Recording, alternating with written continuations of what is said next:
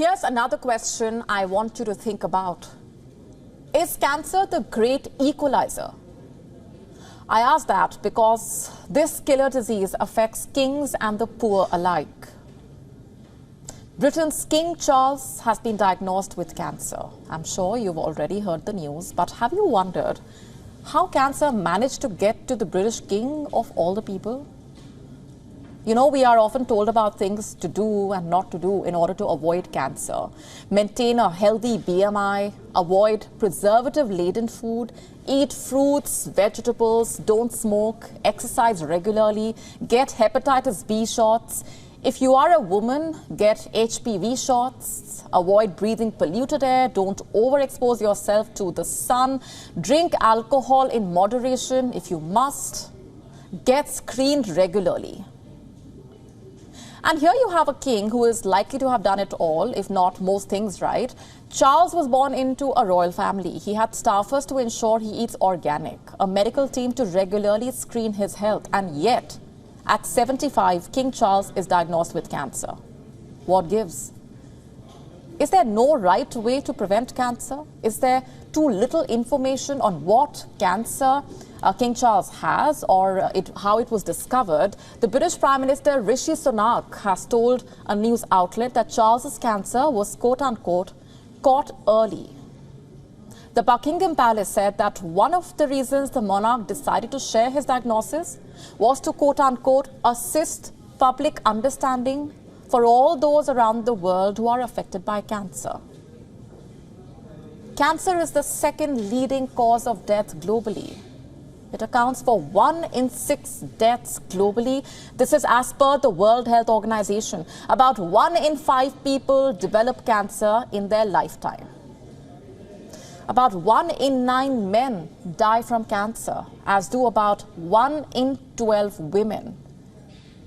This disease is as grave as it can get. It is universal and unsparing. Here's a question now. Why isn't there a cure for cancer? You know, we've reached Mars. We are peering into early universe. We are talking AI. Yet somehow, even today, we cannot prevent cancer. When diagnosed early, the cancer is treated, but doctors cannot guarantee that there will not be a relapse, that the cancer will not come back. And why is that? We have found a vaccine for smallpox, a jab for COVID in a year. So why is it so difficult to find a cure for this disease? Why is it beyond the grasp of human science? Let's just understand what cancer is. Here's how the World Health Organization defines it. Cancer is a large group of diseases that can start in almost any organ or tissue of the body when abnormal cells grow uncontrollably, go beyond their usual boundaries to invade adjoining parts of the body and or spread to other organs.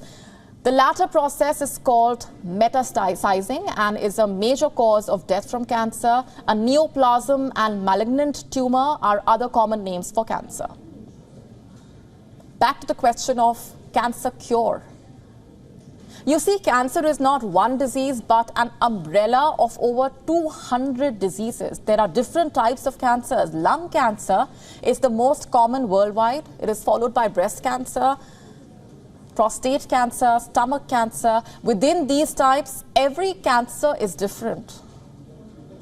For example, there are 20 to 30 types of breast cancer, each different from the other, given their unique genetic mutations.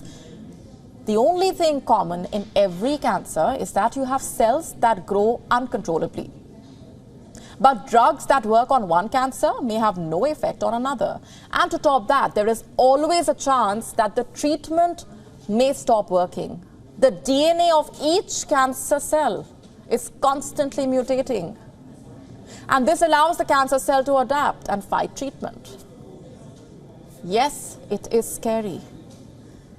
In the year 2022, there were 20 million new cases. 9.7 million people died of cancer that year.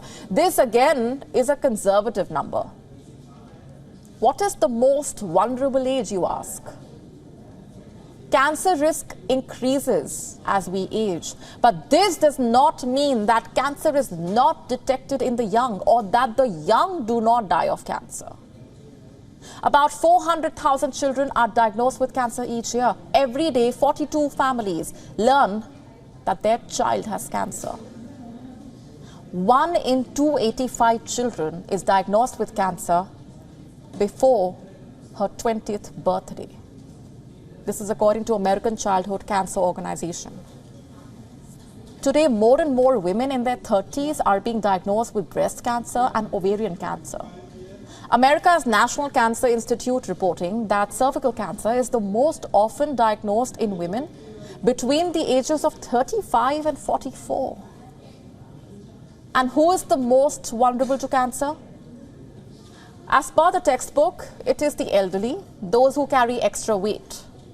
Smokers, those who drink alcohol, have some viral infection like HPV, the human papillomavirus or the hepatitis, also those who are exposed to radiation, including too much ultraviolet radiation from the sun. But then again, you may take all the precautions and still end up with a cancer diagnosis. Cancer is not clear math or something that your astrologer can foretell. By the way, why do you think the star sign is called Cancer? Cancer is Latin for the word crab, and the symbol of cancer is often crab. What about the disease, though? Why is it called what it is? Greek physician Hippocrates is believed to have named cancer as carcinoma. And why is that? Carcinoma is Greek for crab, and a tumor Hippocrates believed looks like a crab. It has a central body and the tumor extends like the legs of a crab.